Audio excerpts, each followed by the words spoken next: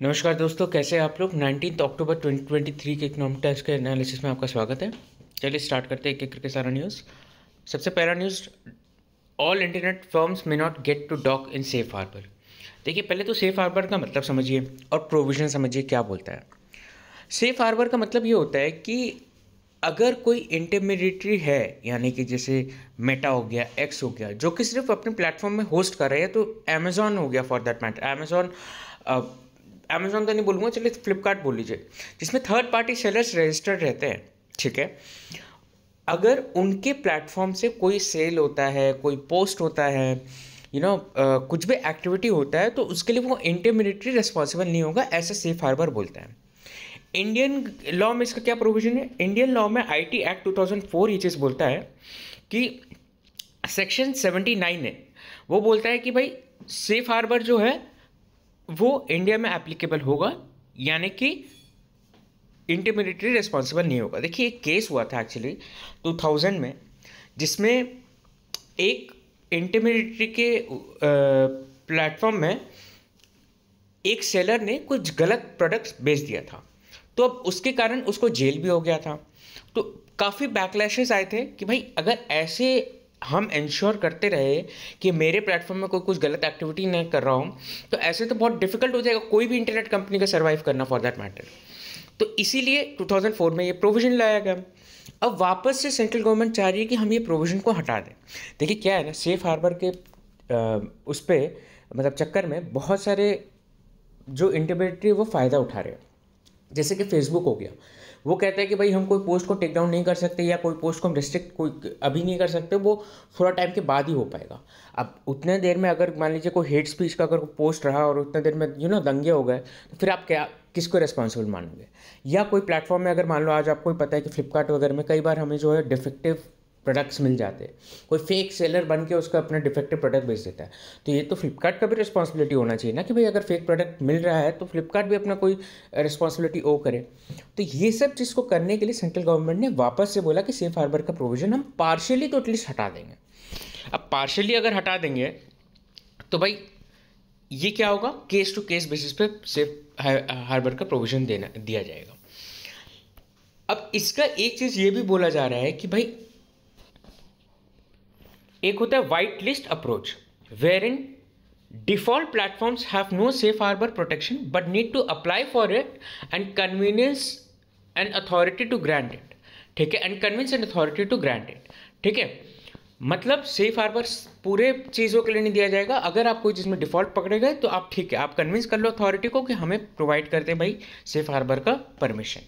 तो अब ये परमिशन हो गया, तो हर केस टू केस बेसिस पे अगर परमिशन होगा तो क्या होगा, करेक्ट, लाइसेंस राज जैसा ब्राइबरी या वो घूसखोरी वगैरह चालू हो जाएगा कि भाई आप मेरे को डिफ़ॉल्ट का आप मेरे को रिलीफ कर दो, आप मेरे को बोल दो कि मेरा कोई गलती नहीं और मैं आपको इतना पैसा दे दूंगा।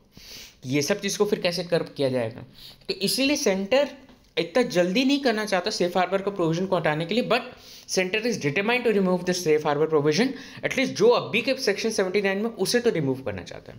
सेक्शन 79 बहुत इंपॉर्टेंट है आपके एग्जाम पर्सपेक्टिव से भी और आपके जनरल नॉलेज के पर्सपेक्टिव से भी। नेक्स्ट है दोस्तों, NIIF planning to sell maiden road portfolio worth 1.2 billion. देखिए, NIIF जो है, that is national investment and infrastructure fund, इन्होंने अनाउंस किया कि हम 1.2 बिलियन का एसेट्स जो है सेल ऑफ करेंगे, रोड एसेट्स। अब इस एसेट के लिए एक सेल साइड एडवाइजर अपॉइंट होता है। एक्चुअली होता क्या है इसका प्रोसेस मैं आपको बताता हूँ। JP मॉर्गन जैसे इस केस में अपॉइंट हुआ है, JP मॉर्गन पूरा सेल साइड को लीड करेगा।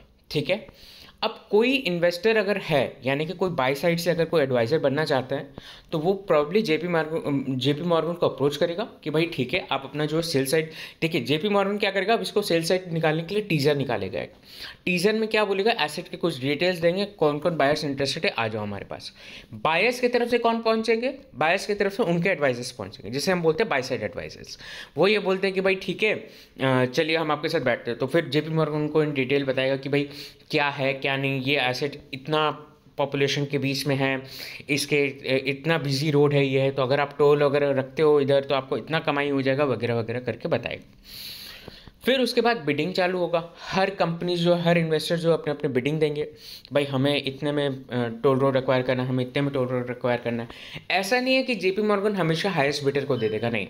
जेपी मॉर्गन हमेशा सबसे रैशनल इन्वेस्टर को देगा, यानी कि फर्स्ट चॉइस तो हाईएस्ट बिडर रहेगा ही, बट अगर मान लो वो हाईएस्ट बिडर ऐसा रहा कि भाई वो हमेशा जाता है बिड करता है, बाद में जाकर उस बिड को कैंसिल कर देता है, ठीक है, मतलब उसका हिस्ट्री वैसा है, ठीक है, या तो अगर कैंसिल नहीं भी करता है तो पेमेंट 2-3 डील में उसने पार्शियल किया हुआ है, तो जेपी मॉर्गन ऐसे इन्वेस्टर्स को थोड़ा ड्रॉप कर देगा। उसके बाद जो मैक्सिमम जो बचे इन्वेस्टर्स, उसमें से जो हाईएस्ट बिडिंग करेगा जेपी मॉर्गन उसको एसेट सेल ऑफ कर देगा, चाहे वो स्ट्रेटेजिक इन्वेस्टर हो चाहे वो फाइनेंशियल इन्वेस्टर हो, ठीक है। तो इसमें कई सारे इन्वेस्टर्स आ जाते हैं। देखिए, जो एक तो जो पहले से जो इस बिज़नेस में है, सेकंड वो आ जाते हैं कि भाई कोई पेंशन फंड्स वगैरह रहते हैं जिनको टाइम टू टाइम अपना इनकम डिराइव करना पड़ता है, अपने पेंशन होल्डर्स को डिस्ट्रीब्यूट करने के लिए, तो वो क्या करते हैं कि इस टाइप के रोड एसेट्स को एक्वायर कर लेते हैं, ताकि जैसे जैसे टोल रोड का जो पैसा आते रहेगा वो डिस्ट्रीब्यूट करते जाएंगे in the form of income. अब देखिए क्या है next news. IT hardware importers may require global certification. International agency could attest that product is supplied by a trusted source. देखिए हुआ क्या, IT हार्डवेयर को इंपोर्ट करने के लिए गवर्नमेंट ने लाइसेंस का रिक्वायरमेंट किया था, आपको याद है, मैंने पढ़ाया भी था। अब गवर्नमेंट ने उस लाइसेंस का जो टाइम लिमिट है उसे बढ़ा के 1 नवंबर तक कर दिया, यानी कि 1 नवंबर के बाद से अगर कोई भी IT हार्डवेयर को इंपोर्ट करता है इंडिया में तो उसको एक लाइसेंस का रिक्वायरमेंट पड़ेगा। सिंपल है न्यूज़, बट आपको ये न्यूज़ जितना सिंपल दिखता है वैसे है नहीं।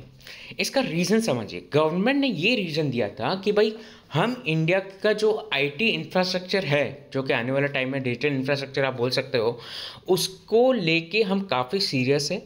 हमारा ऐसा हो जाएगा कि हर जगह जहाँ जहाँ हम फिज़िकल चीज़ें यूज़ करें सब डिजिटल हो जाएगा, ठीक है, और हमारे को बहुत स्ट्रॉन्ग इंफ्रास्ट्रक्चर चाहिए होगा। अग्रीड। अब इस इंफ्रास्ट्रक्चर बनाने के लिए जो कि हार्डवेयर इक्विपमेंट्स यूज़ होंगे, हम उसको कोई अनरिलायबल सोर्स से नहीं ले सकते हैं। इसीलिए हम क्या कर रहे हैं, एक लाइसेंस का रिक्वायरमेंट कर रहे हैं कि जो जो कंट्री से इंपोर्ट होगा वो हमारे लाइसेंस जिसको दिया जाएगा वही इंपोर्टर्स इंपोर्ट कर सकते हैं, ठीक है। इंटरनेशनल एजेंसीज ने पूछा रीज़न, तो इंडिया ने ये बताया। अब इसीलिए इंडिया ने 1 नवंबर से एप्लीकेबल करा दिया। इंटरनेशनल कंट्रीज जो है वो काफ़ी, मतलब बाकी ग्लोबली इस चीज़ को काफ़ी अपोज किया गया। क्यों भाई, अगर आप ऐसे लाइसेंस का रिक्वायरमेंट कर दोगे, जैसे चाइना हो गया, US हो गया, ताइवान हो गया, साउथ कोरिया हो गया, ये लोग ने बोला कि भाई हमारे लिए तो एक्सपोर्ट करना बहुत डिफिकल्ट हो जाएगा फिर आपके कंट्री में। तो बोला कि हाँ, अगर आपके ट्रस्टेड सोर्सेज नहीं है तो आप दिक्कत होगा ही। इन्होंने बोला ठीक है, ट्रस्टेड सोर्सेज वाला बात है ना, अब ये लोग लेके आएंगे एक ग्लोबली रिकग्नाइज्ड ट्रस्ट सोर्स का सर्टिफिकेशन, जिसमें ये होगा कि IT हार्डवेयर कहाँ से ओरिजिनेट हुआ है, किसने मैन्युफैक्चर किया, सारे उसके डिटेल्स जो है वो आपको मिल जाएंगे इस IT हार्डवेयर के, मतलब कोई भी IT हार्डवेयर पे आपको मिल जाएगा।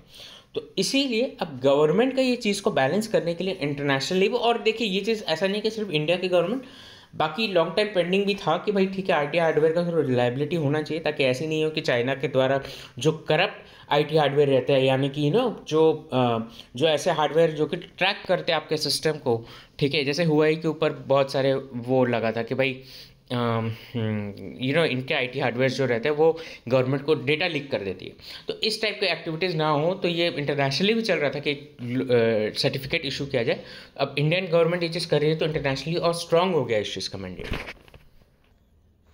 फिर नेक्स्ट न्यूज़ दोस्तों, एक पिटीशन फाइल हुआ सुप्रीम कोर्ट में, जो कि मिस्टर उपाध्याय ने किया था।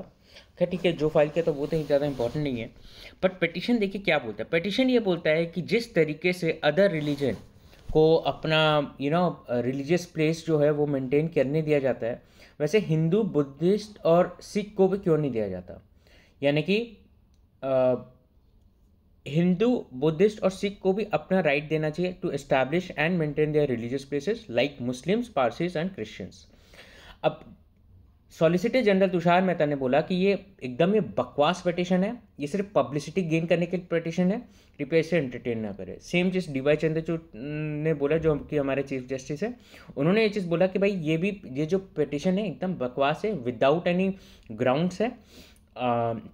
आर्टिकल 26 का इससे कोई लेना देना नहीं है। आप प्लीज़ एक फ्रेश पिटीशन फाइल करिए जिसमें थोड़ा सा मेरिट रहे। तो ये चीज़ पता चलता है दोस्तों, कल जब मैंने आपको पिटिशन का चीज़ पढ़ाया था, तो ऐसा नहीं है कि सुप्रीम कोर्ट हर पिटिशन को एंटरटेन करता है। सुप्रीम कोर्ट उसी पिटिशन को एंटरटेन करता है जिसमें कोई मेरिट हो। Next is also maritime vision 2047, checking predatory pricing of tariff of port tariffs need of hour. देखिए न्यूज़ क्या बोलता है कि पोर्ट वगैरह में, जैसे दो टाइप के पोर्ट होते हैं इंडिया में, एक होता है मेजर पोर्ट, एक होता है माइनर पोर्ट। मेजर पोर्ट कौन कंट्रोल करता है? Central government. और माइनर पोर्ट कौन कंट्रोल करता है? स्टेट्स। मेजर पोर्ट में क्या रहता है, आपका एक मिनिमम टैरिफ आपको चार्ज करना पड़ता है, आप उसके नीचे टैरिफ चार्ज नहीं कर सकते हैं। स्टेट के कंट्रोल में जो माइनर पोर्ट्स रहते हैं उसमें ऐसा कोई रूल नहीं रहता। तो अब प्रॉब्लम क्या होता है, देखते हैं। प्रॉब्लम ये होता है कि जो माइनर पोर्ट्स है ना, उसमें प्रेडेटरी प्राइसिंग चालू हो गया, यानी कि आपका कॉस्ट ऑफ ऑपरेशन से भी कम आपके टैरिफ चार्ज करते हैं ये प्लेयर्स। क्यों? ऑब्वियसली देखिए, एक टाइम तक ये ऐसे चार्ज करेंगे, उसके बाद जब छोटे मोटे प्लेयर्स हट जाएंगे तब इनका अच्छा खासा कंट्रोल हो जाएगा और फिर जाके ये प्राइसेस एक साथ में बढ़ाएंगे। ये हर चीज़ में स्ट्रैटेजी चल रहा है। देखिए आज आप कोई भी कोई फूड प्लेटफॉर्म देख लीजिए, या कोई एक टेलीकॉम ऑपरेटर का स्ट्रैटेजी देख लीजिए, सब कोई ये स्ट्रैटेजी ले रहे हैं।